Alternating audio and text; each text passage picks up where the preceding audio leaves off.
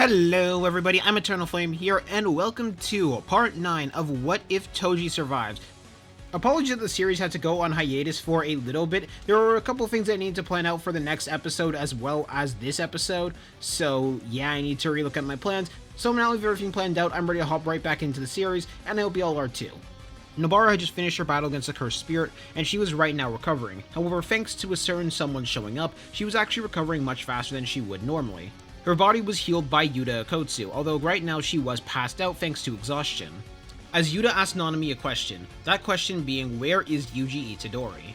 And while Nanami was highly suspicious of this, he decided to ask Yuta the question of why he wanted to know. Yuta contemplated for a moment while also sensing around just to make sure that no one else that worked for the higher-ups were nearby. However, from what he could sense, no one who did work for the higher-ups was near. It seems they did trust Yuta to take out Yuji alone. Before Yuta explained fully what was going on, the fact that Yuji Itadori was being hunted by the higher-ups right now, and Yuta was planning to fake Yuji's death in the same way that Yuji faked his death a while ago. That way they wouldn't have to deal with the pressure of the higher-ups coming for them alongside Mahito, so they could at least deal with one of the problems and hunt Mahito and focus on that. And Nanami decided to agree. After all, he knew that Yuta was a somewhat trustworthy person considering Gojo had faith in him, so he was going to put that same faith in them as well. However, there was one thing that he could notice about Yuta, which was the fact there was a clear amount of hatred in Yuta's voice whenever he spoke about Mahito. This was because of the fact that Yuta knew that Mahito had kidnapped Panda. But Nanami did make one request, which that request was rather simple, and that was to allow him to come with him in order to take out Yuji. After all, if it was just Yuta explaining that to Yuji, there was a pretty big chance that Yuji would not trust that. But if Nanami was there and present in order to tell Yuji, Yuji would be much more trusting of it. As we then return back to Yuji, Eso, Kejizu, and Choso, who are currently executing a bunch of transfigured humans that Mahito had let loose. Fortunately for them, none they had to kill so far were as strong as the one that Yuji had just fought before meeting with his brothers again. However, Eso, Kejizu, and Choso couldn't help but acknowledge Yuji's strength. After Yuji had landed the Black Flash and battled against that transfigured human, he had pushed his limits again and gotten even stronger than he was before. After all, not just did Yuji have excellent skill in hand-to-hand combat and martial arts, now his curse energy was even more refined. It had such a great level of control to it. All three of them also realized that if this Yuji had battled against them in the subway rather than the Yuji that they had fought, they would have most certainly lost to that Yuji. Even when considering the fact that they did get a little bit of a curse energy amp, mainly because they felt heavily betrayed, and by extension turned those negative emotions into curse energy to fuel them. Even now, they didn't believe they would be able to beat the current Yuji. However, something else they had to acknowledge was the fact that Yuji currently wasn't full of stamina either. After all, Yuji was very heavily pushing himself right now, considering the fact that he had been fighting transfigured humans for the past full day. Or at least the last full day by their knowledge, because Yuji had actually been executing transfigured humans for the last 3 days. And he had yet to give himself a proper chance to rest. This more than likely came from Yuji feeling like he didn't do enough in Shibuya. After all, Yuji had lost to the three brothers and then was knocked out and Sukuna took control over his body. After that point, Yuji hadn't really done anything, and they were able to see that, and they wanted to help Yuji get a chance to rest, but they knew Yuji wasn't going to rest until all the transfigured humans and the curses were dealt with. However, suddenly all four of them were interrupted, as they all felt a massive surge of curse energy approaching them. And in Yuji's mind, this could only be one person. Only one person was this much stronger than them and had this much curse energy, and that person was Gojo in his mind. Though, the more he felt it, the more he felt like there was more curse energy than what Gojo had, and also, it felt even creepier than Gojo's. Until Yuta eventually approached the group, leading to all four of them being on guard and prepared to fight, until Nanami joined in and told Yuta he maybe should have hidden his curse energy a bit more, because that clearly terrified all of them. And upon Yuji seeing Nanami as well as the knocked out Nobara, he made sure to tell Eso, Kechizu, and Choso to calm down and they didn't need to be afraid of these people. This was then followed up with Yuta and Nanami both explaining the situation to Yuji, and of course, after hearing the situation and hearing that it was coming from Nanami especially, this led to Yuji trusting them and deciding this was likely the best course of action. Of course, Eso, Kechizu, and Choso were all against the idea, mainly because the idea of having Yuji get stabbed and have to fake his death by effectively killing him and then respawning him, that was not something that sounded pleasant. However, Yuji responded with the fact that it was either this or they get hunted by sorcerers while also trying to take out transfigured humans, so pick our poison here. This led to Yuta doing so. However, before Yuta did so, he did explain to Yuji there wouldn't be any transfigured humans or cursed spirits that were going to be left here. After all, he already released Rika to do so. And while there was still a part of Yuji that felt this was his responsibility, he also knew this would end up helping save the most lives in the long run, so he decided not to fight against it and just bite his tongue. This also leads into Yuji, Nobara, Nanami, Eso, Kechizu, and Shoso heading to the Tomb of the Star. As we now head into the Zenin clan headquarters, as Naoya, Jinichi, and Ogi were all currently discussing. Furthermore, all the members of the Hei were ordered to return here at once, which they had done. All the members of the Hei were people of the semi-grade 1 level or above that were all capable of wielding curse techniques. However, there was currently one person that was missing among that group, which Ranta quickly pointed out, which that person who was currently missing was Chojuro.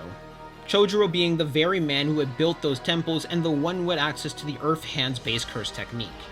Naoya was a little bit concerned about this at first, but he figured it was more than likely just them running late or something like that. After all, he didn't think that Chojuro would have loyalty to Naobito. Granted, at the same time, they were both old people, so, you know, old people stick together and that type of thing. Either way, Chojuro wasn't going to be that much of an issue for him, and someone pretty easy for him to kill.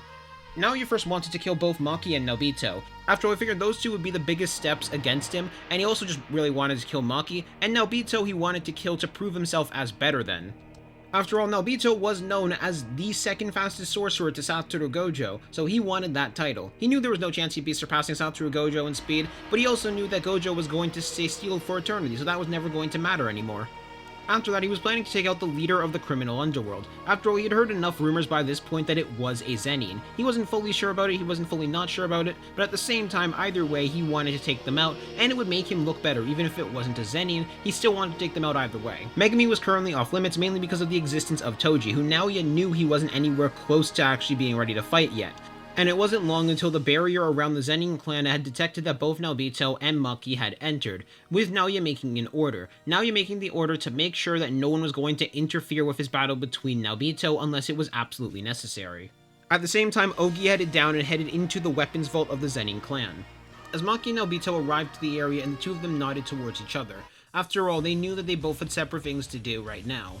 Naobito felt it was his burden to take down his son. After all, his son had gone very much off the deep end by this point, but at the same time, Maki decided that she was going to get her weapons alone. Maki had already been given the keys to the vault by Naobito, and she expected the keys to still work, as on the way there, she did have a conversation with her mother. And she had a conversation with her mom, and her mom tried to get her to leave. Her mom tried to get her to not go, but it didn't work. Maki didn't listen. As Maki entered into the vault and saw there were no weapons here, instead, he saw Ogi currently sitting down with a very heavily injured Mai next to them. As Ogi activated Flowing Blossom in motion and the two of them clashed blades. Maki was just narrowly able to block the blade that was coming at her. As Ogi asked Maki the question if she knew why Naobito and later on Naoya were chosen as the Zenin clan leaders instead of him. As the two clashed blades again, Maki's blade was able to go right through Ogi's and break it in half. Maki had to admit she was thankful to Toji for getting her this sword. After all, it was very helpful for her style. She still had both Playful Cloud as well as Dragon Bone on her just in case, but right now this blade was doing the work. However, where Maki had believed she had won by breaking his sword, Ogi had activated his own curse technique, Burning Courage. And he landed a slash on Maki, as he explained to them that the reason why was because he was born with two failures. One failure who had a strong curse technique that was only able to create one bullet because of her lack of curse energy amount, and another failure who wasn't able to even properly use curse energy. His brother's curse technique was one that had no history behind it, so that couldn't have been the reason why, and he didn't lag behind his brother in any skills, which that did cause a slight chuckle in Maki's head. After all, she couldn't really talk right now. He then went on to explain that the more and more he saw Toji, the more and more he had hope that his child wouldn't end up a failure. But it was pretty clear that Maki wasn't anywhere near Toji. She was nothing like him. As Maki and Mai were thrown into a pit of cursed spirits. Meanwhile, on the outside, Naobito and Naoya were in a battle against each other, with several of the members of the Zenin clan all around simply just watching. However, even for them, it was actually hard to pick up on the movements thanks to their curse techniques. It looked like Naobito and Naoya were teleporting all over the place. But the two were battling rather evenly. Naobito was only slightly faster than Naoya, but that was mainly thanks to how Naobito used his curse technique. He was still more skilled than his son was with the curse technique, but in exchange for skill he had a somewhat weaker body. Naobito was a much older man in comparison to Naoya, who was in the prime of his life.